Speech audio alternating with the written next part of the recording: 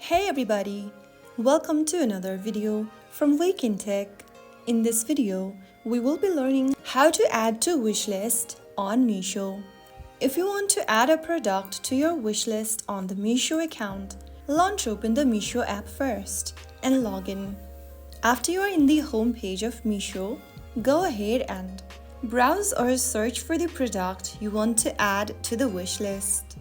After finding the product, tap the heart icon right above the product detail. Soon after you do that, you will be able to save the product in your wishlist. Once you do that, the icon may change to a filled heart indicating it's been wishlisted. If you want to access your wishlist, go to the top right corner from the home page and tap the little heart icon.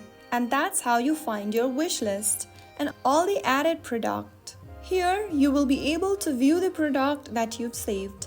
So that's it. That's how you add a product to wishlist on Meesho. If you found the video helpful, don't forget to like, share and subscribe to the channel. I'll see you in the next episode. Thank you for watching.